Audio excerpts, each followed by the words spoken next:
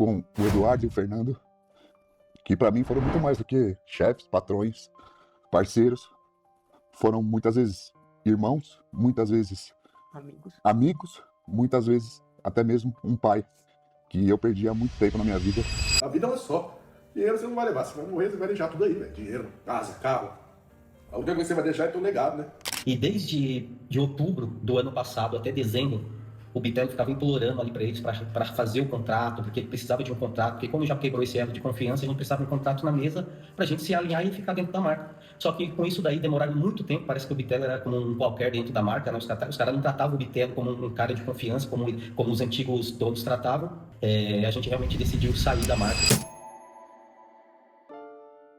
A Growth nunca vendeu tanto, nunca faturou tanto e nunca foi tão grande. Hoje, ela é a marca número 1 de suplementos no Brasil, passando até nomes tradicionais do mercado. Só que, ao mesmo tempo, talvez ela nunca tenha estado tão distante daquilo que fez ela crescer. Recentemente, Eduardo e Fernando, os dois fundadores da Growth, saíram da empresa. E quando os criadores vão embora, não vai só um cargo, né? Sai uma mentalidade, uma cultura, sai o jeito de fazer as coisas. Desde então, nomes importantes começaram a deixar a marca, rumores de bastidores surgiram e muita gente passou a se perguntar não sobre lucro ou crescimento, mas sobre identidade. A Growth, sem os seus criadores, ainda é a Growth? A empresa que cresceu como família, com proximidade, atendimento humano e decisão olho no olho, agora entra numa nova fase, com gestão corporativa, metas e controle. E isso levanta uma dúvida incômoda. Estamos vendo a evolução natural de uma gigante ou o começo do fim de uma era? O que esperar dessa nova gestão daqui para frente? Aumento nos preços, venda no atacado? Vamos entender o drama vivido pela Growth no vídeo de hoje. Eu sou o Marcelo Milos e depois a vinheta eu te conto.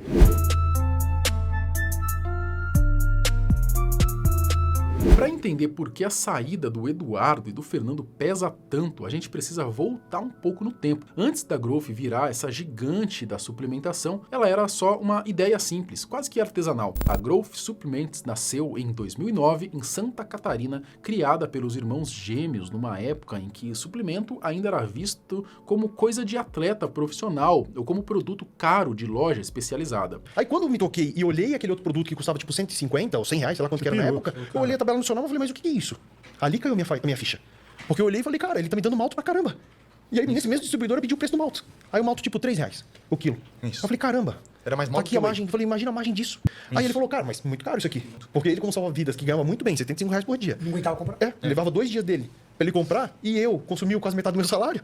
Isso. Eu falei, cara, tem que dar um jeito de encontrar uma fonte mais barata para isso aqui. Desde o início, a proposta era diferente. Nada de loja chique, nada de intermediário, nada de marketing mirabolante. A Growth começou vendendo direto pela internet. Os irmãos usavam os fóruns da época para anunciar os produtos, prometendo 3 coisas bem claras: produto honesto, preço justo e transparência. E o mais curioso é que essa ideia surgiu depois que o Fernando percebeu o quanto as outras marcas superfaturavam o whey. Ele viu o preço, comparou e pensou, pô, isso aqui tá injusto, eu mesmo vou comprar esse produto e revender bem mais barato. Além disso, a forma como foi tratado quando comprou de outras marcas também pesou. A falta de atenção, a falta de respeito com o cliente, tudo isso ajudou a empurrar ele para esse caminho. A ideia era simples, atender bem do jeito que ele gostaria de ser atendido. Entendeu? Tem que fazer alguma coisa, não tem atendimento.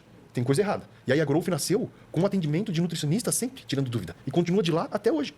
Por isso que tem um nutricionista com a gente. Para suprir a mesma dor. A excelência de atendimento da Growth nasceu de uma sensação que você teve da falta de atendimento que você recebeu de uma marca. Da falha de um atendimento. Não quero que a minha empresa tenha esse mesmo padrão de comportamento. Isso. O whey custava tipo 17 reais, vamos supor. Se eu vender por 30, que era o preço no começo, 30 reais o quilo, começou com 30 reais, 30, 32. Falei, se eu vender por 30, eu já tenho...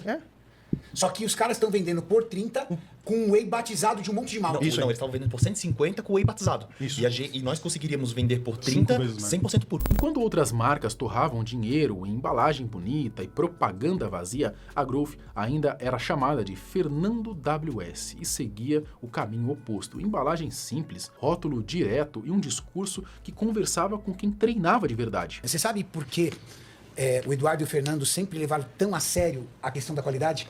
Os caras começaram entregando pra galera dos fóruns. A galera dos fóruns era os heavy user dos heavy user. Isso aí. Ali, meu irmão, ninguém enganava ninguém. Isso aí. Se tinha alguém que entendia da coisa, era ali. Você fala assim, cara, eu tô entregando pros caras que mais entendem. Isso aí. Então eu preciso entregar algo que seja indiscutível. Sim. Isso. Então a cultura da empresa já nasceu o seguinte: Topo, qualidade. Isso. Depois, preço. Por que preço? Porque o Fernando se sentiu lesado quando ele viu o preço da matéria-prima versus o preço que ele estava pagando. Isso aí. Então, o sentimento que ele teve de consumidor, que eu não quero isso nunca para minha marca. Isso. E terceiro, a praticidade. Peraí, por que um potão desse negócio, uma embalagem mais fechada? Por que isso? Mas o diferencial não era só o produto e nem a estratégia de vender direto para o cliente no menor tempo possível. Claro, eles foram pioneiros e isso ajudou muito. Só que o verdadeiro diferencial estava em quem conduzia tudo por trás. Eduardo e Fernando não se colocavam como empresários inalcançáveis. Eles apareciam, conversavam e respondiam funcionários, influenciadores e clientes quase no mesmo nível. E mais, eles realmente punham a mão na massa, e não só no começo. Mesmo nos últimos anos, já com a empresa virando líder do mercado, os dois ainda estavam lá, dirigindo horas para ajudar na logística ou respondendo alguém no saque da empresa. A Growth cresceu desse jeito, né? Uma empresa grande por fora, mas com a cabeça de empresa de família por dentro. Nosso motorista se acidentou, vamos resolver? Eu falei, me dá van. Me dá van. Eu vou pra São Paulo. Porque não tinha, na época, uma pessoa pra ir dirigindo pra São Paulo de confiança Não com a carga tinha dos como clientes. ter, mas Você foi de motorista. não tinha como ter motorista parado, esperando pra ficar tampando. Ter vaga. Não tinha. O motorista folguista, né? Isso. Tiveram que cobrir a vaga do cara. Isso. Aí, durante, acho que um mês e pouco, né? Acho que foi isso, Sim, mais ou menos. sim. Eu fui 3 vezes na semana pra São Paulo. Respondi e-mail o dia todo. Até as 8, 9 horas da noite, mais ou menos. Dependia do volume de e-mail. Ia pra casa, tomava banho. Voltava ali na empresa, pegava a van. São Paulo. Chegava aqui em São Paulo, descarregava a encomenda, porque nessa época nós éramos pequenos ainda pro correio. Pros Correios, então eu mesmo descarregava a encomenda. Na época na Ducato cabia o quê? 600 encomendas? É, por aí. Descarregava 600 encomendas sozinho, fechava a portinha da Ducato e ia carregar a matéria-prima. Mas só um ponto aqui. O que uma outra empresa ia fazer? Comprar uma empilhadeira, comprar um caminhão que gasta 3 vezes mais combustível, ia botar paletizado, vai. A gente desenvolveu na logística uma Ducato, aquela vanzinha, que fazia 9 com litro. 3 vezes mais, manutenção muito mais barata, a carteira de motorista era de carro. Então eu achava fácil Isso, motorista. era isso. fácil de ter motorista. Vai, cara, qualquer um podia pegar a van e ir. Isso. Só tinha que ter segurança porque tava lidando com 600 encomendas, né? Isso. De clientes, não podia parar em qualquer lugar. Então, tipo, tinha que ter um treinamento ali antes, porque não dava pra achar do dia pra noite uma pessoa pra dirigir 7 horas na madrugada. Tinha um trajeto. Não, e achar uma pessoa que consiga dirigir 7 horas sem parar na madrugada, porque tinha tempo pra ir e tempo pra voltar. E anda mais rápido. Caminhão levava 11, 10, a van em 7, 8. 7 horas. Ganhava tempo, economizava combustível, usava o máximo que dava da van. Isso. Tudo enxuto, de novo, a Growth inteira, enxugou toda a operação. tudo, 100%, tudo. Isso acabou criando algo que dinheiro nenhum compra: identidade e fidelidade de quem faz parte do time Growth, tanto dos influenciadores e atletas quanto dos colaboradores que trabalhavam ali, longe das câmeras e dos vídeos do canal da marca. E esse clima bom aparecia para o consumidor, que não via motivo para não comprar ali toda a suplementação que precisava. Eles tinham de tudo: variedade de produtos, preço acessível, entrega rápida e um time que sentia orgulho de vestir a camisa. O sucesso virou consequência natural. E não é difícil encontrar gente da própria marca elogiando não só a gestão, mas principalmente quem eram os dois irmãos como pessoas. Foi quando eu mandei aquela mensagem: ó, Fernando, tudo bem? Poxa, eu sei que é um negócio chato que eu vou pedir, você me manda suplemento, mas tem como você... Eu sei que R$300 de suplemento pra você deve sair 150, mas se você puder me mandar R$600, que são 4 meses adiantados, pra eu só fazer a matrícula, eu só quero fazer a matrícula. E aí eu vou escolher eu vou arrumar um emprego, eu vou trabalhar de qualquer coisa, pra mim não tem problema. E aí naquela semana, ele mandou 3 vezes o valor, 6, 12, 18, ele falou 2, foram 3. R$1.800, e eu falei, pô, você mandou 1.800 e tal, não sei se teve algum erro. Aí ele falou, não, mandei 3 meses pra você escolher um emprego com calma, não quero que você escolha qualquer emprego.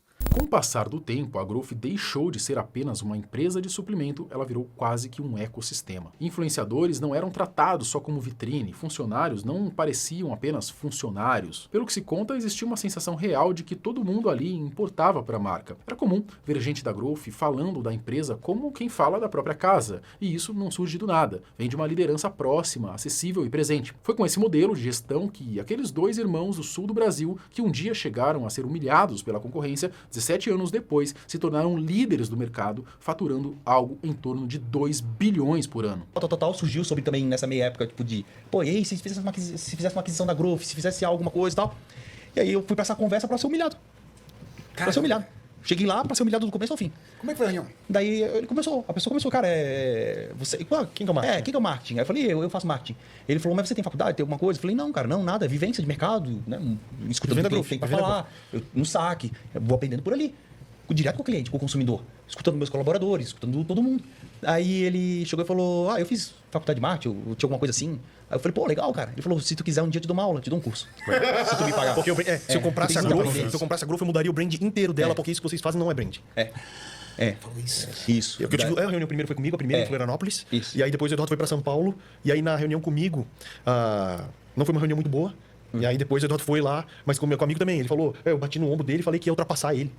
Pô, aí começou um assunto no mercado que eles iam comprar a Growth, sendo que tinha NDA assinado. Pra não vazar informação, tinha umas coisas. Então, tipo, já começou um negócio meio estranho. Aí eu falei, Eduardo, vai pra São Paulo com os advogados, entende você melhor, porque eu não entendi o que aconteceu. Vai lá e entende. E aí teve uma época que ele perguntou do faturamento.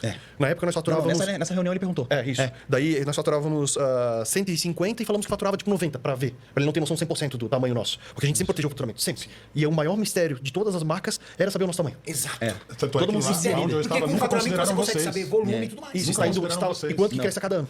Isso, a gente sempre ficou fora do radar porque a gente nunca deixou ninguém saber o nosso faturamento. Enquanto as outras marcas falavam, eu faturo não sei quanto, eu faturo não sei quanto. Eu sou líder. E nesse almoço, essa pessoa chegou, olhou pra mim e falou, vocês faturam quanto? Aí a gente jogou lá embaixo. Fatura 90, 87. Aí a pessoa chegou e falou, tá, vocês são pequenos, eu sou 5 vezes maior que vocês.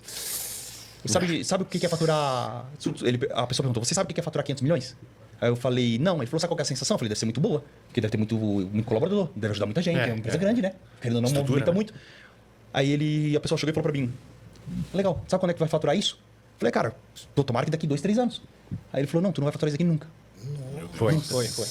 Cara, a hora que o Eduardo... Aquilo machuca. A hora que o Eduardo voltou, se ele tinha tentado fazer uma coisa negativa pra desanimar ele... Fraco, você não vai faturar isso nunca. injeção de ânimo. Cara, ele voltou e falou agora... Muita gente teria desanimado. Fernando e Eduardo, que mesmo com a marca voando, nunca quiseram aparecer, mostrando que não tinham problema nenhum com o ego. Participaram de um podcast com Cariani e contaram toda essa trajetória da empresa, agora, só depois de venderem. Quem quiser saber mais detalhes, pode assistir por lá, porque é praticamente uma aula de empreendedorismo e gestão. Acho que já deu para perceber que boa parte do sucesso da Growth passa diretamente pelos dois criadores. E aí que entra a questão, os dois venderam a empresa, se afastaram de vez das operações, 17 anos depois de terem conduzido aquela mudança de rumo. E mal eles saíram, a marca já começou a enfrentar crises internas. Por isso, muita gente passou a se perguntar se todo esse sucesso vai continuar existindo sem as duas cabeças pensantes que criaram esse gigante da suplementação. E agora? Eduardo e Fernando eram o fio condutor da cultura da Growth, e quando anunciam oficialmente que não estão mais à frente da empresa, o recado é claro, a marca entra de vez numa nova fase. Sai a empresa com dono, entra a empresa de gestão,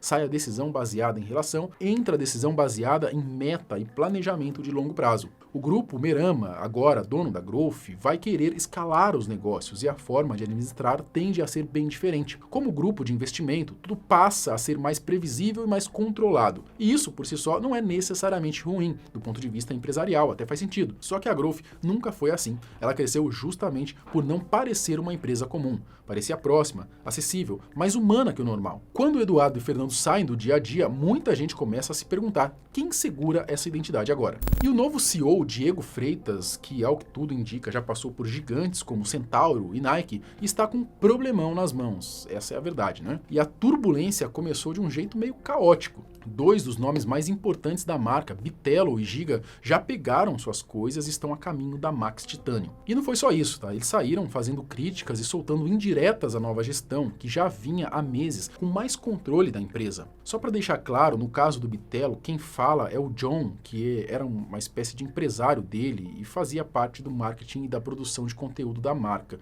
mas que também deixou a Growth. Mudou completamente a minha vida, onde eu tive a oportunidade de conhecer duas pessoas maravilhosas, a qual eu pude ter a honra de ter trabalhado com o Eduardo e o Fernando, que para mim foram muito mais do que chefes, patrões, parceiros, foram muitas vezes irmãos, muitas vezes amigos, muitas vezes até mesmo um pai, que eu perdi há muito tempo na minha vida.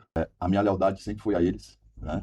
E a gente disse isso infelizmente, o Eduardo e o Fernando saindo da empresa, fechando as cortinas do show da vida dessa empresa, eu falo que as cortinas também se fecharam para mim aqui. Não faz mais sentido para mim. Os novos rumos que a empresa toma, realmente, sem o Eduardo e o Fernando, para mim, não, é como se fosse um corpo sem alma. Eu devo tudo ao Eduardo e o Fernando, e sem eles, para mim, perdeu a graça. Não é por dinheiro, tá? Se fosse por dinheiro, eu continuava aqui. Não era para eles saírem agora, eles saíram porque nem eles estavam aguentando ficar mais. E para mim se perdeu um propósito, sabe? A Growth, ela tinha algo muito maior e eu acho que se perdeu. A vida é uma só. Dinheiro você não vai levar, você vai morrer, você vai deixar tudo aí, velho. Dinheiro, casa, carro. A única coisa que você vai deixar é teu legado, né? É isso que eu quero aí na minha vida, deixar meu legado. agradar a Deus, para chegar na hora do julgamento, né, a gente tá ali, ter feito umas propostas na terra. E desde de outubro do ano passado até dezembro, o Bitelo ficava implorando ali para eles para fazer o contrato, porque ele precisava de um contrato, porque como já quebrou esse elo de confiança, a gente precisava de um contrato na mesa para a gente se alinhar e ficar dentro da marca. Só que com isso daí demoraram muito tempo, parece que o Bitelo era como um qualquer dentro da marca, né? Os caras não tratavam o Bitelo como um cara de confiança, como os antigos donos tratavam. E com isso daí, depois de 3 meses, quando chegou o contrato do Bitelo na mesa, chegou um contrato que não valia de nada para o Bitelo. Entendeu? É um contrato que tinha uma cláusula lá que realmente anulava todo o contrato que ele tinha. E depois disso daí o Bitelo realmente perdeu a vontade dele de ficar na marca, não só dele, quanto a minha e da minha equipe, e em seguida do Giga também. E depois de também outras situações que eu não vou levar ao caso agora, que são até mais graves do que isso daqui, que eu falei que isso daqui é até de boa, a gente realmente decidiu sair da marca. O fato é que essas saídas pesaram no clima e mostram quanto os antigos donos eram importantes para manter aquele sentimento de família que eles sempre citavam. Para piorar, começaram a surgir teorias de que não seriam só os dois a deixar a marca e que mais nomes de peso ainda poderiam trocar de time no mundo da suplementação.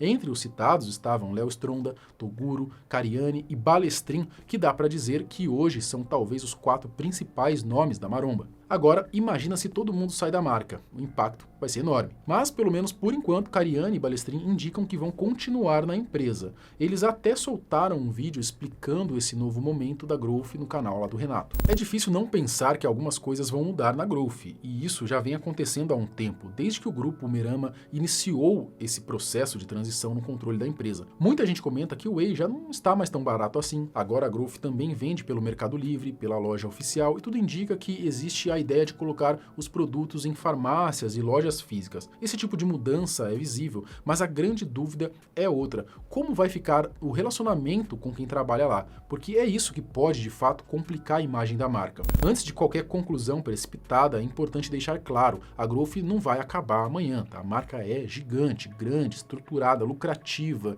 e dominante no mercado. Mas o ponto nunca foi esse. A questão não é se a Growth vai continuar existindo, a questão é no que ela vai se transformar. Empresas sobrevivem sem seus criadores, isso acontece o tempo todo. O que não é tão comum é manter a mesma alma quando quem construiu tudo desde o início já não está mais ali. E será que isso pode afetar de forma profunda uma marca como a Growth, que sempre foi gerida de um jeito tão particular? No fim das contas, a pergunta é simples: a Growth sem Eduardo e Fernando ainda é a Growth? Ou a gente está assistindo aos poucos ao fim de uma era? Sinceramente, eu acho que a marca vai continuar vendendo bem, lucrando e talvez até crescendo com essa nova gestão. Mas agora deve ser uma espécie de Growth 2.0, a que a gente conhecia ficou para trás e uma nova começa agora. Se isso vai ser bom ou ruim, só o tempo vai dizer. Mas aí, comenta aqui embaixo o que você acha que vai acontecer daqui para frente com a Growth. Vai aumentar os preços? Vai pro atacado? Para os donos que venderam foi uma excelente decisão, né? Falam que venderam por não sei quantos bilhões lá, é muita grana. Agora para a galera, para o consumidor final, como é que será que fica? Comenta aqui embaixo, quero saber a sua opinião. Até o próximo vídeo. Tchau!